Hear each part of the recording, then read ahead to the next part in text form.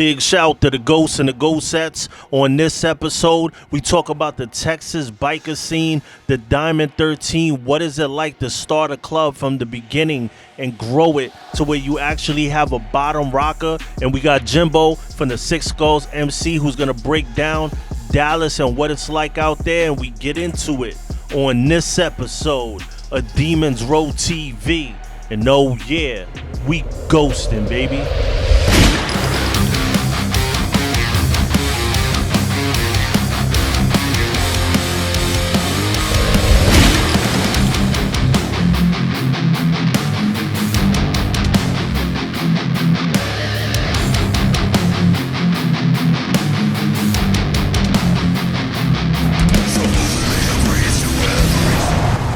Big shout to the Ghosts and the Ghostettes. Welcome to Demons Row TV, the holy grail of MC culture, where we cover everything motorcycle and motorcycle club involved. I'm Sose the Ghost. I'm your host for the evening, and today we talk about the great state of Texas, a place that has been a rival of mine for many years, because if you see right here, I've always been a diehard New York Giants fan, but big shout to everybody from Texas. It's all love until we get on the football field. Then it's war. But Texas is its own world. It's like a small country, and it actually can secede from the United States if they ever truly called for it. So it's like, it really is a different scene. It is not a game with the big bros out there. You cannot just open up and put whatever you want on a leather cut. And if you're from Texas, give me a pound Texas or pound whatever part of Texas you're from. This is a place that I have never visited before, so I had to get my brother Jimbo from the Six Skulls MC and talk a little bit of Texas. Run it. There was a group in the city that I'm at that kind of got together and was like, hey, we want to start a motorcycle club. And back in those days, we didn't know nothing. I mean, absolutely nothing. This was the club was founded in June of 2009, so there wasn't a whole lot of social media presence like there is now. Yeah. So, you really couldn't go online and just figure out all these answers. We learned every single thing the old hard way. So you're a founding father of the Six Skulls? So my pops and a few other guys are the founders. I was one of the original members that came in. I was basically along just to join. I didn't really contribute any sort of, founding ideas or anything. All of that was all laid down before I came in. But I was at the very first meeting.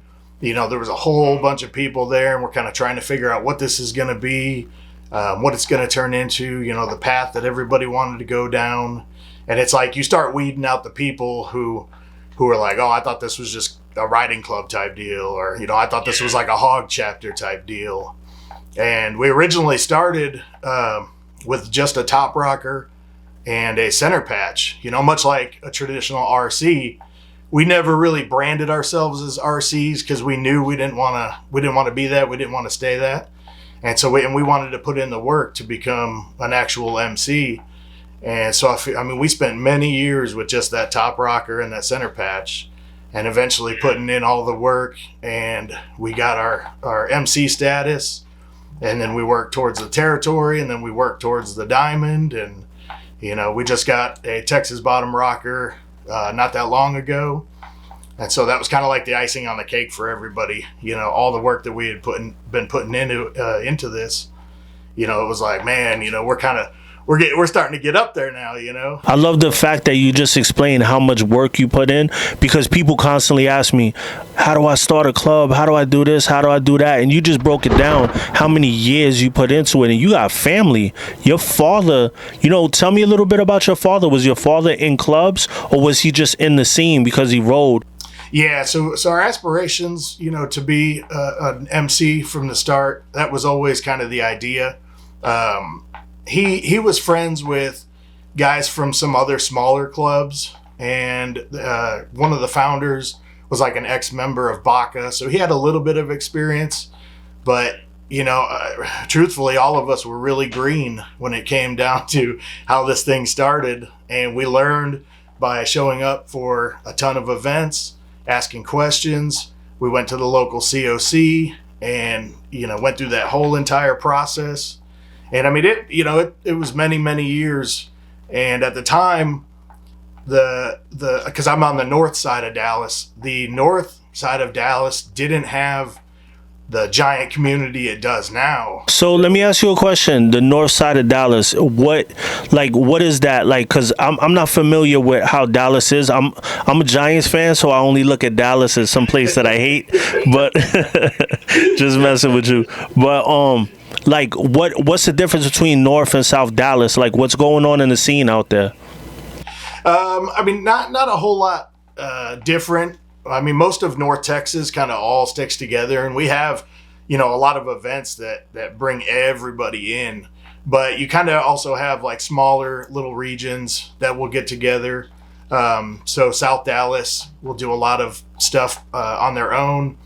Fort Worth kind of has their own deal going on, and then North Dallas, which it's pretty much every city 20 miles, 30 miles, north of downtown, and then all the way to the Oklahoma border. And we kind of do our own bike nights, our events and stuff. Everybody will come in and attend and support all the events and show a lot of love. So when you're riding around, what are you seeing? Is it very like, is it cactuses and desert, or is it like city? Because I think Dallas, city, but Texas is like, what is it like? What does it look like when you and your brothers are riding around? A shitload of tollways. There's a lot of tollways, and I mean it's a good size. North Texas has grown a lot in the last 30 years. So even north of Dallas, you've got big cities like Plano. There are 250,000 people. McKinney is like 200,000 people. And then even like the Frisco area, which I'm in the city next to Frisco. Frisco's like almost 250,000 people now too. So whole lot of, there's a ton of bars, ton of restaurants, a ton of things to go do that are all 15 to 20 minutes away from me. So, I mean, we don't have necessarily like a downtown feel to it, but it's a lot of highways that are all intersecting, and then you get onto a bunch of little streets within each individual city. But every city's crammed right next to each other, and so like I said, there was a lot of opportunity for growth with motorcycle clubs when North Dallas kind of started blooming. And so now it's like we've got clubs in a bunch of cities all around us, and like I said, everybody will show up and show love to each other, and it's been badass. It's been real good.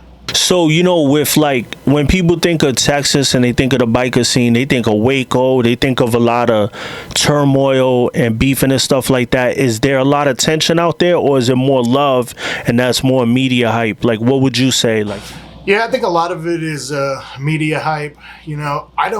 I don't see a ton of that stuff that goes on. And I mean, with our own little kind of subculture that we've got, it's, we're more worried about what we're doing. We're not worried about what these other clubs are doing or where they're going or anything. We're worried about what we're all doing, building each other up and having a good time with all these brothers that you make from different clubs. So I hope you enjoyed that. If you loved what we did, there is a new feature called Super Thanks. You could go in there, show your love, or you could get these Ghosts Against the Machine patches. They are on the website right now. And thank you for tuning in to Demons Road TV, the holy grail of MC culture. Like, subscribe, and comment. And oh yeah, we ghosting, baby.